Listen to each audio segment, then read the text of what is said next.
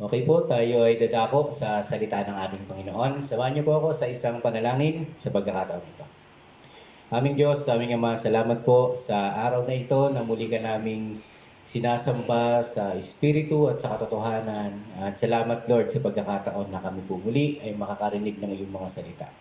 Panginoon, ano man po yung aming mga pinagdaanan, mga suliranin, pansamantala po namin itong kakalimutan. At this time, ay bibigyan daan namin ng pakikinig ng iyong mga salita. At Lord, hayaan mo po ang iyong Espiritu Santo ang maranasan po namin na siyang sumama sa bawat isa sa amin. Wala kaming ibang hangad, Panginoon, kundi ang maranasan ka at maitaas ka, Panginoon, sa aming mga buhay. Lord, pagpalain mo ang bawat anak mo na makikinig ng iyong mga salita. Ihanda mo ang aming mga puso at hayaan mo, Diyos, na maging malinis na sisidlan ito, Panginoon, ng iyong kapangyarihan at ng iyong mga salita. Patawarin niyo po kami, Lord, sa lahat ng mga kasalanan na aming nagawa, naisip at nasabi.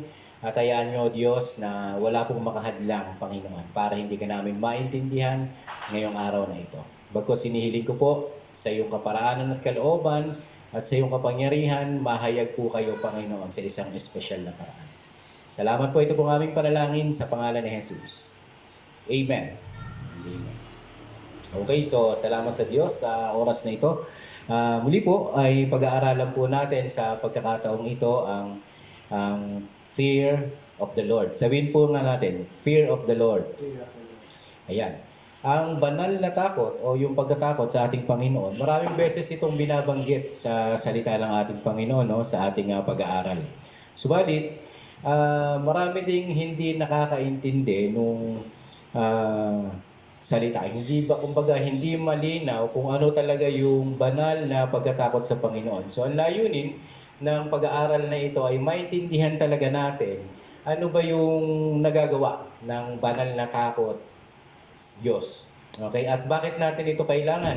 Anong meron, anong benefits? So, makikita po natin sa umagang ito. Bagamat ito pong pag-aaral na ito ay mahaba, no? Pero sisikapin natin sa pagkakataong ito na yung iba, hindi ho natin tatapusin sa ngayon. Pero naniniwala po ako na ito po ay inihanda ng Diyos para sa iyo at para sa akin. Amen? So, ang banal na pagkatakot sa ating Panginoon ay napakahalaga sa buhay ng isang mananampalataya. Basahin po natin sa 1 John chapter 4 verse 18. Okay. So, mababasa po natin yan na mababasa po natin ang salita ng Panginoon sa 1 John chapter 4:18. Sabi rito ay natural fear has torment and can bind and limit an individual in his or her action. There is no fear in love. Ang sabi diyan, there is no fear in love, but perfect love cast out fears. Because fears involves torment, but he who fears has not been made perfect in love. So sa makatuwid, ang tunay na pag-ibig ay wala pong kalakip na takot. Natatakot ang isang tao kasi guilty siya sa isang kasalanan na kanyang ginawa. Okay? Actually, yan ang talagang totoo. At sa Biblia, ito po yung tunay na takot. Kapag ka ikaw ay inuusig ng iyong kaluluwa o inuusig ng iyong budhi dahil sa ginawa mong kasalanan at natatakot ka na mangyari yung isang bagay, ito po ay talagang takot na sinasabi. At ito yung natural fear na binabanggit dito. Pero ito pong pinag-aaralan natin ay fear of the Lord. Okay? Ang tunay na pag-ibig, sabi doon sa binasa natin, walang kalakip na takot. So pinaparusahan tayo pag tayo ay guilty. Pero ang fear of the Lord na ating pinag-aaralan ay isang banal na pagkatakot na itinuturo sa atin ng Biblia. So what is the fear of the Lord? Ang ibig ko sabihin ng fear of the Lord ay deep reverential respect and an exceedingly dreadful reverence. Okay? Ang ibig sabihin po nung deep reverential or respect ay matinding paggalang o respeto. So, kapag ho tayo mayroong banal na takot sa Panginoon, sa isang banda ay inaano po natin. At tayo po ay mayroong paggalang, mayroon tayong respeto. At matinding paggalang, matinding respeto. Yung and an exceedingly dreadful reverence ay lubha o kakilakilabot na pagkatakot o hindi po kakilakilabot o matinding pagkatakot na may paggalang. Okay, so ganun inilalarawan no yung banal na pagkatakot sa ating Panginoon. Tayo ay mayroong banal na pagkatakot kasi iginagalang natin ang Diyos, di ba? Sa magulang natin, iginagalang natin sila, nirerespeto natin sila. So we respect them. Nagpapakita tayo ng fear sa Kanya. In a sense, ginagalang natin siya. Okay? So iba po yung natural fear na sinasabi sa inyo. Yung natural fear ay inutusan ka ng nanay mo na maglinis ng bahay. Okay, umalis siya at pagdating niya hindi ka nakalinis kasi nanood ka ng TV, naglaro ng cellphone at nung nakita mo yung matinding galit na bakas sa mukha ni nanay ay natakot ka na ni tatay. So iyon yung natural fear na tinatawag. So iba po yan. Bagamat merong side ang ating Panginoon ng ganong klaseng dating, no? Kaya natatakot din tayo kasi si Lord hindi lang siya love. Okay? Parang magulang din siya. Siya din ay namamalo at nagpaparusa. So, kaya dapat natin katakutan ng Panginoon kasi yung sinabi niya, ginagawa po niya. Amen. Sabihin mo sa katabi mo, yung sinabi ng Panginoon, ginagawa ng ating Diyos. Amen. So, dapat meron tayong tinatawag na matinding pagkatakot o mayroong banal na pagkatakot at may kasamang galang sa ating Panginoon. Letter B, merong may two types of influence na ginagamit ang Diyos para ma-develop sa atin yung tinatawag na fear of God. Okay? Number one, love. Sabi natin, love. So yun, parang nanay, no? Ipinapakita niya, ipinapadama niya ang lahat ng klase ng pagmamahal. Dito po sa Songs of Solomon, chapter 1, verse 4, okay, makikita po natin ang isang halimbawa ng isang pagmamahal, pagmamahal na ipinapakita po yung ang tao, ang pagmamahal ng Diyos ang nagtutulak sa isang tao para lumapit siya sa ating Panginoon. So ito yung pagmamahal na ito yung pakiramdam na you are loved. Mahal na mahal ako ng Diyos, mahal ako ng nanay ko, mahal ako ng kaibigan ko. So ito yung magtutulak sa iyo para ikaw ay malapit sa ating Panginoon. Yan po ay isang impluwensya na ginagamit ng Diyos dahil kaya ay ginagalang natin. Di ba? Ang nanay natin, ang tatay natin minsan namamalo, no? Hindi niya masyadong nakita yung sitwasyon. Parang mali yata si nanay ng pagkapalo. Parang mali yata si tatay ng pagkapalo. Pero hindi tayo lumalaban. Di ba? Ako, nung bata ako, talagang napuputol yung pamalo sa akin, no? Noon. Hindi na, talagang nagagalit ako, pero hindi po ako lumaban. Okay? Meron pa rin tayong respeto. So, yun yung tinatawag na na-develop yung love. Okay? Kapag kahit na minsan pinalo tayo at mayroong love, okay, mararamdaman natin na kaya ako pinalo ni Mami, ayaw niya ako mapahamak. Ayaw niya ako maging masamang tao. Okay, maintindihan natin yan. At habang lumalago tayo, habang lumalaki tayo, naintindihan natin. At ngayon po, sabi ko, salamat sa Diyos, hindi inurong ng nanay ko yung pamalo no, sa akin. Kaya isa yun sa naging dahilan. Kaya naging mabuting tao ako. No? Meron hong kaugnayan yung pagpapalaki ng mga magulang natin sa atin. Kaya iginalang natin siya kasi yung isang impluwensya na ginamit yung pagmamahal, iginalang natin siya. Ito po yung napakagandang positive ng fear. No? Iginalang natin siya kasi nanay natin siya. Iginalang natin sila kasi magulang natin sila. So ito yung napakagandang dahilan o impluwensya na ginagamit ng Panginoon para ma-develop sa atin yung banal na pagkatakot sa ating Panginoon.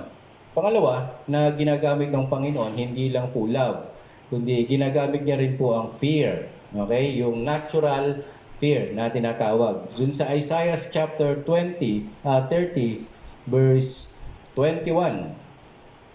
No, makikita po natin yung isang kataga po doon, ang sinabi diyan ay, "This is the way, walk in it."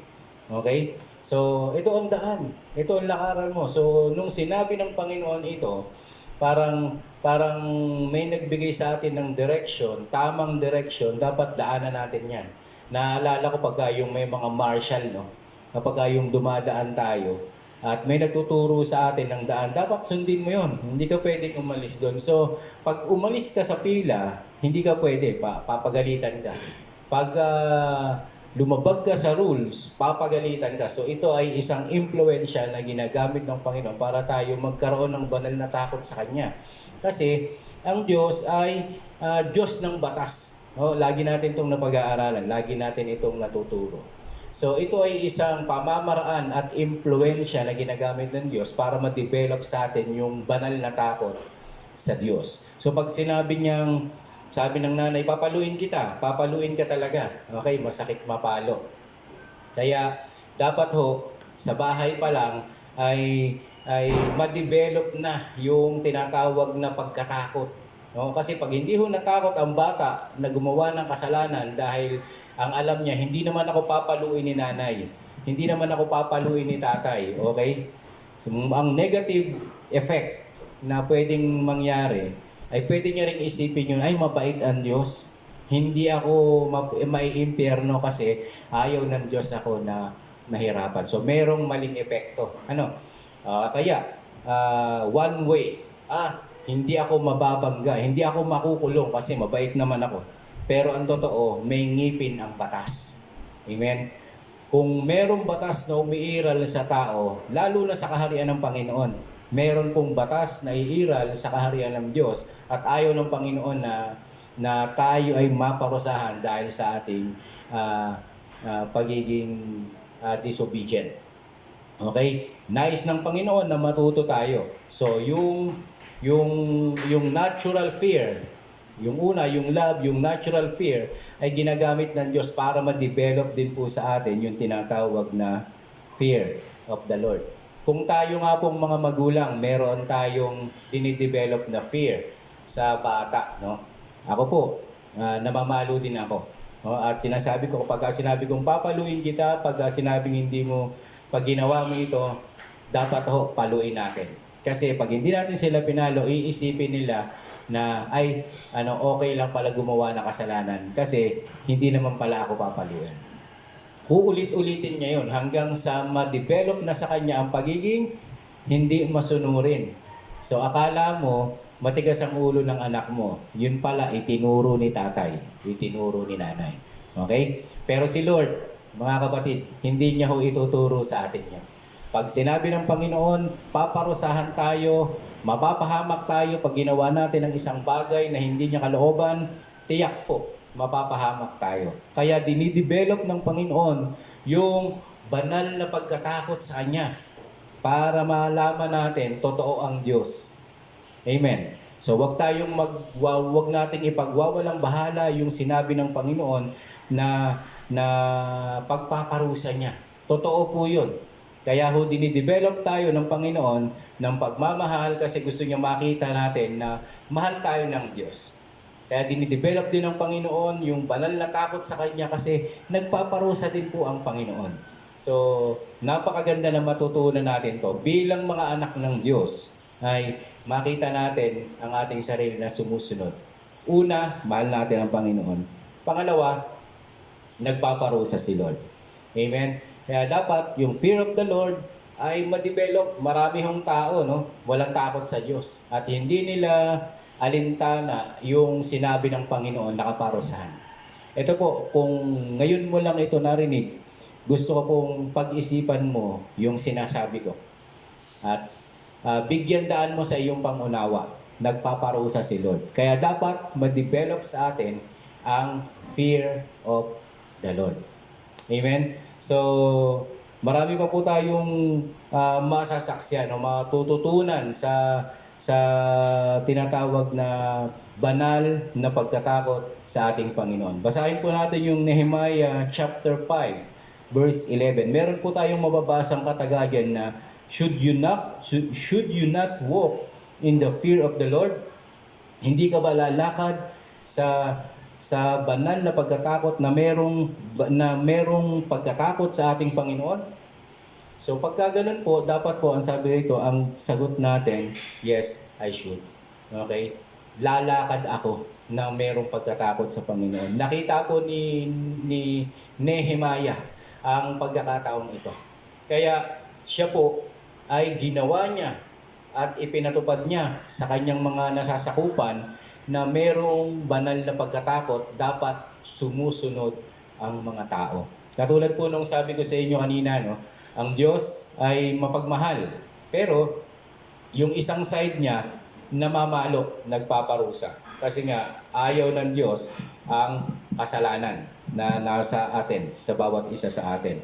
So dapat po ay matutunan natin. Ayoko pong lampasan itong pagkakataong ito na huwag maging malinaw sa atin. Sabihin mo sa katabi mo na naiintindihan mo ba yung sinasabi ni Pastor na pagkatakot sa Diyos.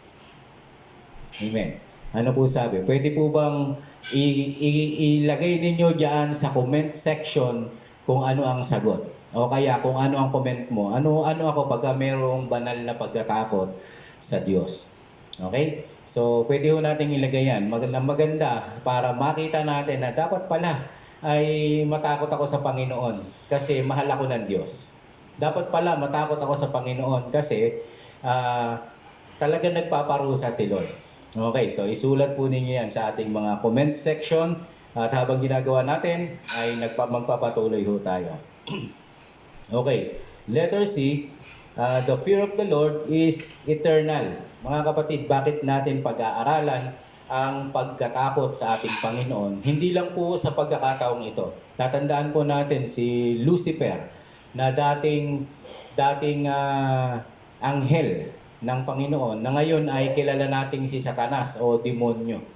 Nung siya po ay nagkasala at nagrebelde laban sa Diyos, siya po ay ibinagsak dito sa lupa. At meron na pong parusa na nakalaan sa kanya 10 ng mga anghel na sumama kay Satanas. So mga kapatid, ito po dito sa lupa ay umiiral na po ang pagkatakot sa Panginoon at meron pong walang hanggang pagkatakot na nagaganap sa buhay ng mga mananampalataya sa sangkalangitan at ito po ay eternal. Okay, Psalms chapter 19 verse 9. Meron din tayong kataga na mababasa diyan na the fear of the Lord is clean, enduring forever. So, it is an eternal distinguishing characteristic toward God. So, makikilala natin ang Panginoon. Dahil siya ay eternal, ipinapatupad niya po ang banal na pagkatakot sa ating Panginoon ay eternal. So, hindi ho natin ito dapat ipagwalang bahala. Kasi kung gusto natin sa langit at hindi tayo nag-aral na banal na takot sa Diyos, hindi ho tayo pwede sa langit. So, nais ng Panginoon na ma-develop ang pagmamahal at ang banal na takot sa bawat isa sa atin dahil tayo po ay anak ng Diyos. At iniiral ang banal na takot na ito sa atin dahil ito po ay kalooban ng ating Panginoon. Okay po? So, tignan po natin ang iba pang mga halimbawa sa Biblia na tinuruan ng Diyos ang kanyang bayan para magkaroon ng banal na takot sa Diyos. Number 1, yung unang church. The church was founded in the fear of the Lord. Sa Acts chapter 5 verse 1. So, hindi na natin babasahin, no? Pero ang mababasa natin niya, kung matatandaan niyo yung kwento, si Sapphira at saka si Ananias. Okay? Sila po ay namatay dahil sa kanilang pagsisinungaling. Alam niyo po ang naging effect? Natakot ang mga mananampalataya nung mga panahong iyon. Talagang nagkaroon sila ng banal na takot sa Diyos at naisip nila na totoo pala ang Panginoon. So dapat po natin isipin at dapat nating ilagay sa ating puso na ang Diyos ay nagpaparusa. Totoo po yan. Kaya nagkaroon sila ng banal na takot sa ating Panginoon. Pangalawa po ay mababasa natin ng isa pang talata sa Biblia, sa Acts pa din, chapter 9, verse 31. At dito naman mababasa natin si Saulo. No? Siya ay, ang dati niyang pangalan ay Saulo at naging si Pablo. Sa talatang ito, mababasa natin na si Saulo papuntang Damasco ay nagpakita sa kanya ang Panginoong Jesus sa pamamagitan ng isang liwanag. At tinanong siya ng isang tinig. Ang sabi niya, Saulo, Saulo, bakit mo ako pinag-uusig? At alam niyo po, to cut the long story short, simula nung oras na yun, si Saulo ay naging si Pablo. Okay? At lumakad ng mayroong banal na takot sa ating Panginoon. Kaya napakaganda, mga kapatid, no, na ma-experience natin yung Diyos na nagtatama o nagtutuwid ng ating daan. At pag natagpuan po natin ito, wag nating palampasin yung pagkakataon na kailangan po nating lumakad sa katuwiran ng Panginoon. Kasi totoo ang salita ng Diyos. Hindi natin mapapasubalian yung katotohanan ang Diyos ay mapagmahal. Kahit sino ka pa, mamahalin ka ba ng Panginoon? Pero hindi rin natin maialis ang katotohanan na ang Diyos ay nagpaparusa. Okay? Kaya huwag tayong magwalang bahala sa pagkakataong ito kasi nais ng Panginoon i-develop sa atin yung banal na pagkatakot para tayo po ay maging tagakaharian ng Panginoon. Pwede bang sabihin mo sa katabi mo, kung may katabi ka, ha? Sabihin mo ay matakot tayo sa Diyos. Amen? Katulad po ng sinabi natin kanina, ang banal na pagkatakot sa Panginoon ay dalawang klase yung impluwensya. Isang pagmamahal at isang natural fear. Okay? Pangalawa po, what is the fear of the Lord? Ay mababasa po na letter A, the fear of the Lord is the beginning of wisdom. Pwede po ba natin sabihin, wisdom? Alam niyo po ba na napakahalaga ng wisdom sa buhay ng isang mananampalataya? Bagamat hindi po wisdom ang ating topic, napakalaki po ng kaugnayan ng wisdom doon sa fear of the Lord. Dahil dito sa ating babasahin, Proverbs chapter 9 verse 10, ang sabi po dito, the fear of the Lord is the beginning of wisdom. Ang pagkatakot sa Panginoon o yung paggalang at pagsunod kay Yahweh ay pasimula ng karunungan. At ang pagkaalam sa banal na Diyos ay may dulot na kaalaman. So ito po ay nagpapakita ng isang bagay na tayo po ay dapat magkaroon ng banal na takot sa Panginoon. So paano po yun? Pagka po tayo ay mayroong banal na takot sa Diyos, ito daw ay pasimula ng karunungan. Okay? So the foundation and entrance of wisdom in the human's heart comes through the fear of the Lord. Ito yung entrance. Bago tayo pumasok doon sa wisdom, doon sa karunungan, kailangan meron tayong banal na takot sa Panginoon.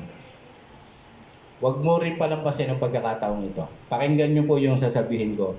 Ang taong matalino may takot sa Diyos. Hindi natin marireach yung salitang wisdom na biblical kapag wala tayong takot sa Diyos. Okay? Halimbawa, hindi ka naman natatakot pumatay. Okay? Pero sasabihin mo, may takot ka sa Panginoon. Hindi ho totoo yun. Okay? Hindi ka natatakot magsinungaling. Hindi ka natatakot mangalunya. Hindi ka natatakot gumawa ng kahit na anumang bisyo. Sasabihin mo, may takot ka sa Diyos. That's wrong. Maling-mali. Ang biblical, magkakaroon tayo ng banal na takot sa Diyos kasi alam natin, ang Diyos nagpaparusa. Iyon ang tunay na ang ibig sabihin ng karunungan. Actually, sabi, pagka meron na tayong banal na takot sa Diyos, ito ay beginning of wisdom. So yung fear of the Lord ay pasimula, entrance. Pumapasok pa lang tayo doon sa wisdom. At alam niyo po ba ang wisdom para magkaroon ka, napakaraming beses binanggit nito. No? Napakaraming beses binanggit ito sa ating pag-aaralan. Okay? Sa Job chapter 28 verse 12. Mababasa po natin 12 hanggang 14, yung isang kataga na ang sabi ni Job ay where can wisdom be found? And where is the place of understanding? Saan matatagpuan ang karunungan? Nasaan lugar ang pagkaunawa? Pagbabasahin po natin the same chapter pero verse 28, ang sabi diyan, behold, the fear of the Lord, that is wisdom to depart from evil. Ito yung karunungan. At yung karunungan, dapat humihiwalay tayo sa kasalanan. Kapatid, sabihin mo sa katabi mo, ang tunay na may takot sa Panginoon is hating evil. Ang tunay na karunungan ay lumalayo sa kasamaan. Okay? Sabi ni Job, saan natin matatagpuan yan? Nasaan yung pagkaunawa? Ang sabi dito, kapag ikaw ay may takot sa Panginoon, lalayo ka sa kasamaan. Amen. So, yan po ang natural at eksaktong meaning ng wisdom at ng fear of the Lord. Okay? Inaalis natin yung kasamaan kasi doon sa binasa natin kanina, the fear of the Lord is clean. Merong kalinisan. Doon po yan sa awit kanina sa binasa natin, and eternal. Pero so, dahil sinabing malinis yung salita ng ating Panginoon, ito po ay pinag-aaralan nating lumayo doon sa kasalanan. Okay, doon po sa the entrance of wisdom into human's heart comes through the fear of the Lord. Yan na nga po yung sinasabi natin kanina. At pangalawa, wisdom is the ability to live. To live life skillfully and successfully. Kapag tayo ay nagkaroon ng karunungan, ito po ay kakayahan para tayo ay mamuhay ng mayroong kakayahan at matagumpay na buhay. So kailangan natin yung tinatawag na karunungan mula sa Panginoon. At ang karunungan po mula sa Diyos, sabi ko sa inyo, merong kalinisan. Kung ikaw ay gumagamit ng timbangan sa iyong negosyo, walang daya ang timbangan. Kung ikaw ay mananalo, hindi ka nandaya o nanira ng tao. Amen? So, merong malinis na kaparaanan. At ito po yung tinatawag na karunungan ng Biblia o yung karunungan ng Diyos. Kaya nga ang sabi ng Biblia, ng Proverbs, huwag natin kainggitan yung mga yumaman sa maling paraan. Okay, hindi masamang yumaman, pero kung mali ang kaparaanan po, merong hustisya. At mararamdaman natin yung fear of the Lord na iiral pagdating sa huling pagkakataon. Nais ng Diyos na matutunan natin to mga kapatid, kasi darating ang panahon, haharap tayo sa Diyos. At kapag guilty, sabi ko sa inyo kanina, matatakot sa Diyos. Pero kapag po pinag-aralan po yung kabanalan at yung holiness ng buhay, hindi ho tayo matatakot dumating man yung panahon ng paghuhukom. Dahil alam po natin, secured tayo kasi sinunod natin si Jesus. Amen? Hindi tayo perfecto, nag-aaral tayo ng kabanalan at pinapatawad naman tayo ng Panginoon. And by glory to glory, sabi ng Panginoon, I will changing you. So ito yung pag-asa natin. Kaya salamat sa Panginoon, hindi man tayo perpekto, pero niloob ng Panginoon sa kanyang habag, sa kanyang awa, na pumasa tayo dito sa mga pinag-aaralan natin. So kung ikaw ay isang tao na talagang gusto mong maging maka-Diyos, pag-aralan na po natin ngayon pa lang na lumayo sa kasamaan. Alam niyo po kung bakit? Merong fear of the Lord na itinuturo ang Biblia. At meron pong katotohanan na uhusgahan tayo ng Panginoon ayon sa ating mga gawa. Kaya kung wala ho tayong takot sa Diyos dahil hindi natin napag-aralan, ay haharap tayo isang araw sa takdang panahon sa ating Panginoon at ipagsusulit po natin ang ating mga ginawa. Okay? So, sa Hebrews po, sa Hebrew, salitang Hebrew, Hebrew for wisdom means to act or behave wisely. Katulad ng binabanggit ko kanina, kapag ang Bible ang nagtuturo ng wisdom, ito po ay merong kaugnayan sa kabanalan. Dahil banal ang Diyos, itinuturo niya talaga yung banal na wisdom. Amen? So, ang sabi dito sa Hebrew, ang tunay na ibig niya sabihin dito ay to act or behave wisely para makapamuhay tayo ng merong kaalaman at karunungan. Matatagpuan po natin sa Proverbs chapter 4, verse 5 and 6. Ang sabi rito, get wisdom.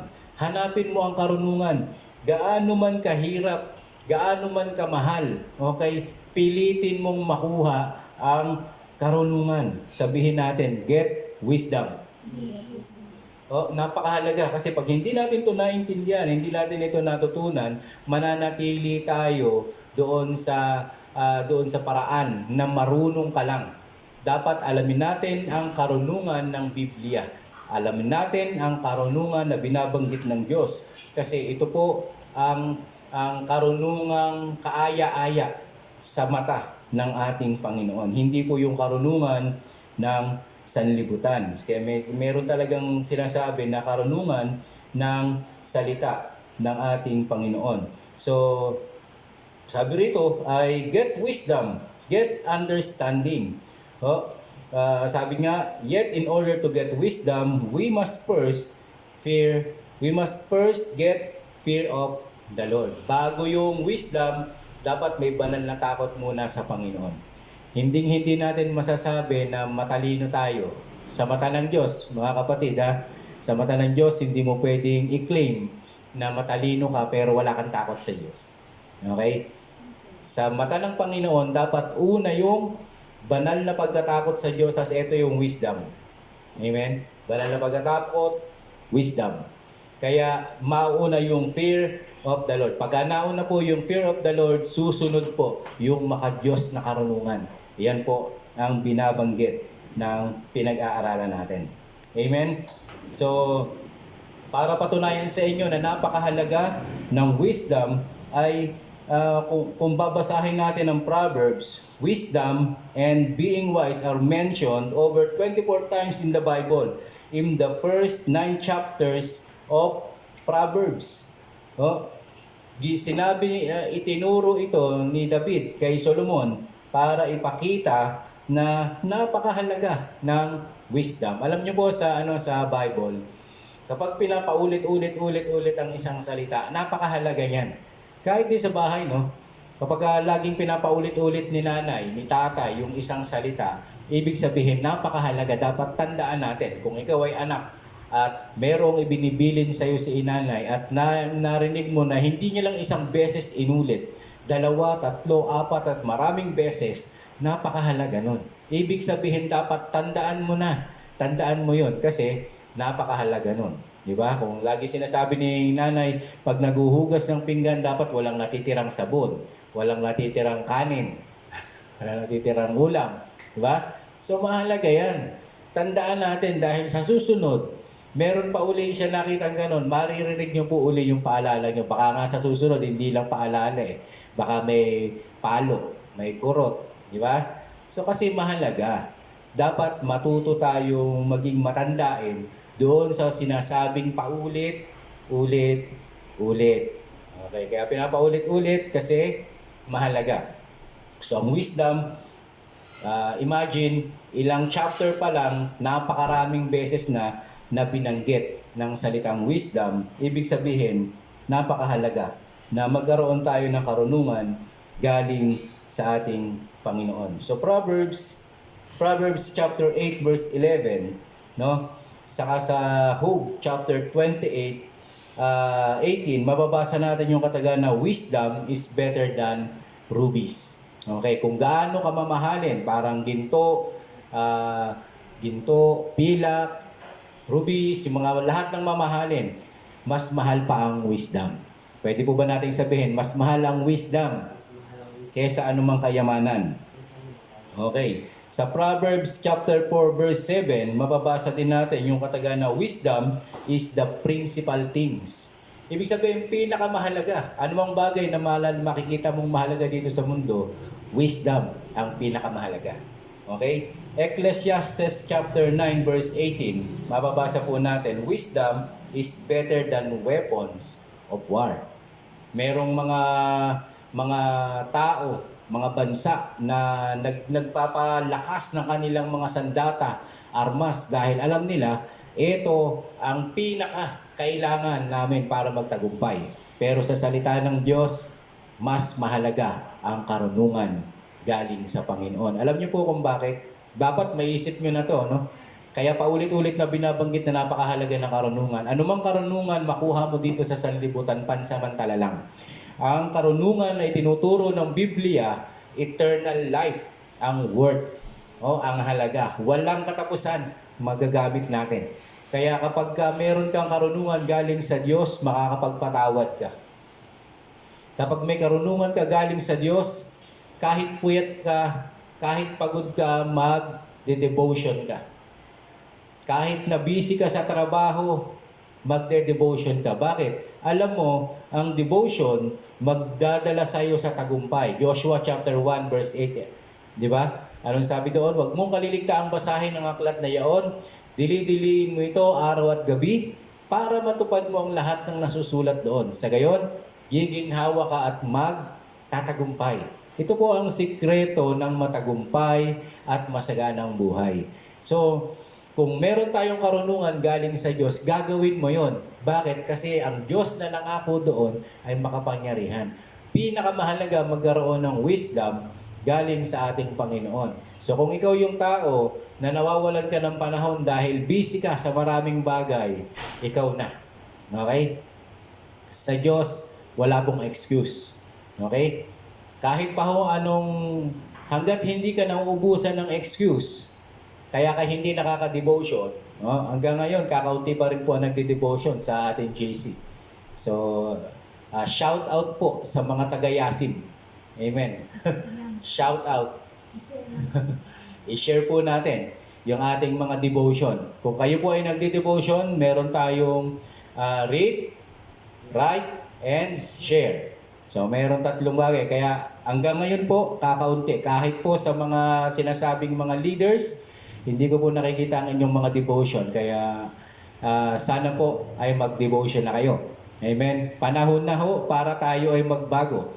Hanggat hindi kayo nauubusan ng dahilan para hindi kayo mag-devotion, okay, ganyan lang kayo lagi. Amen. So, mga kapatid, ito po ay sounds of wisdom, sounds of love. Mahal ko po kayo. Kaya ako sinasabi sa inyo ito. At ang mga anak na kapag itinuturing na anak ng isang tao, syempre papaalalahanan niya yon. Amen? So, I love you po mga taga-Yasin at shout out. Pero yan po ay totoo. Gusto ko pong sabihin sa inyo na mag-devotion na tayo. Amen? Palitan nyo na yung mga post nyo sa Facebook na ito po yung ulam ko, ito po, narito po ako sa lugar na ito. Ito po yung aming ginagawa. Okay? Palitan po ninyo ng devotion. Amen. So, baka wala na akong maging listener next time. Amen. So, anyway, ito po ay salita ng Panginoon at patuloy at uulit-ulitin ko pong sabihin sa inyo na hindi ho natatanggap yung reason natin kaya wala tayong devotion. And everybody say, Amen. Amen. Okay, so, wisdom will keep you morally pure. Okay? Ang karunungan ay magpapakita sa atin, magdadala sa atin para maging malinis ang ating mga moral o ang ating pagkatao. Awit 119 verse 9, mababasa natin yung isang katagaan na, how can a young man cleanse his way? Paano magiging kaaya-aya ang buhay ng isang kabataan sa kanyang paraan? How can a young man keep his way morally pure? How can anyone keep their way pure? Ano po ang sabi diyan?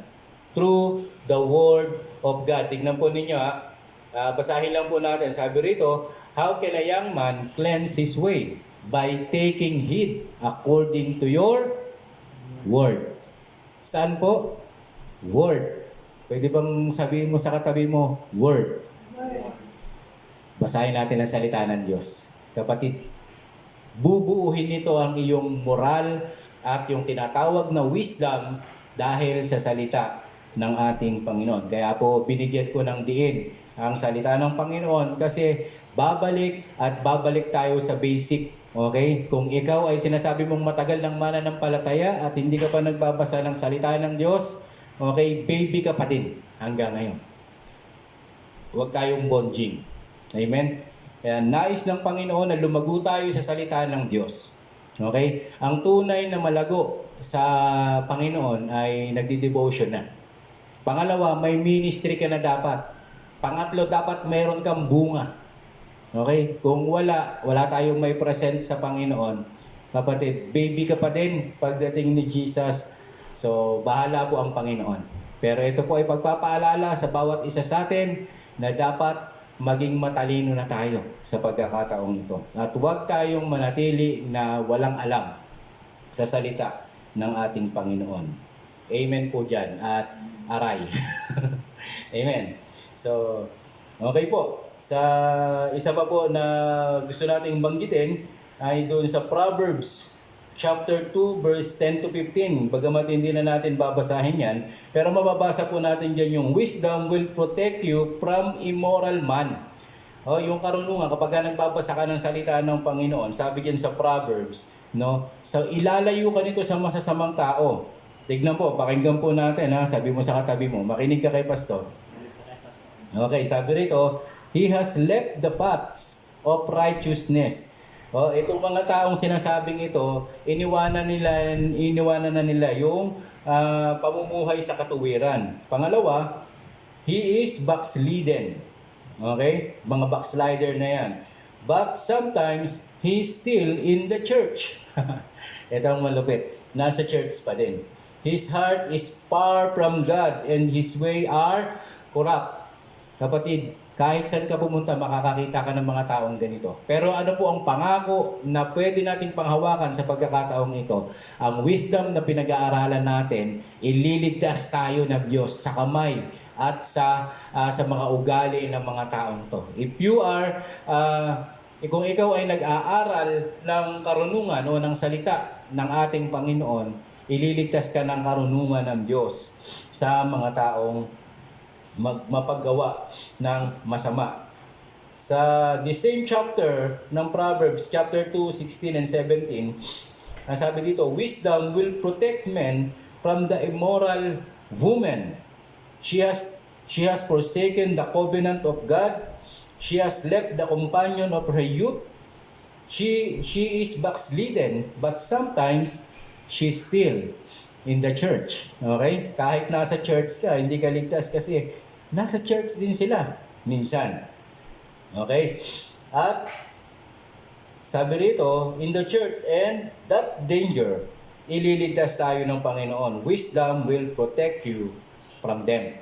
Okay? So, sa mga kalalakihan at sa mga kababaihan, ang magliligtas sa atin ay ang salita ng Panginoon, ang karunungan ng ating Diyos, Proverbs chapter 4 verse 7. Chapter 7 verse 4 and 5. Ang sabi rito, say to wisdom, you are my sister, and call understanding your kinsman, so that they may keep you from immoral woman, from the woman who flatters her words. So wisdom will protect you from them. Amen? Yung po daw karunungan, ituring nating kaibigan o kapatid na babae.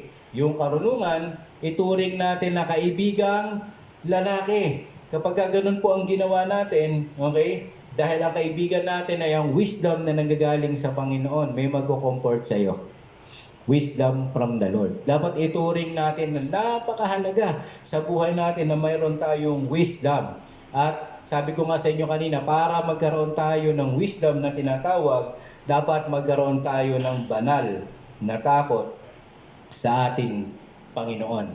So napakaganda, no? Kapag tayo ay may takot sa Panginoon, ay makikita po natin ang katotohanan. Tayo po ay kalugod-lugod sa harapan ng ating Panginoon. At last verse po na gusto kong mabasa natin, mga kapatid, last verse, no, sa Proverbs chapter 4, verse 7 hanggang 8. Okay? Makikita po natin dito yung binasa natin kanina. Yung binasa natin kanina na gaano man kahirap ang gaano man kamahal o kahirap hanapin natin yung karunungan ng ating Panginoon.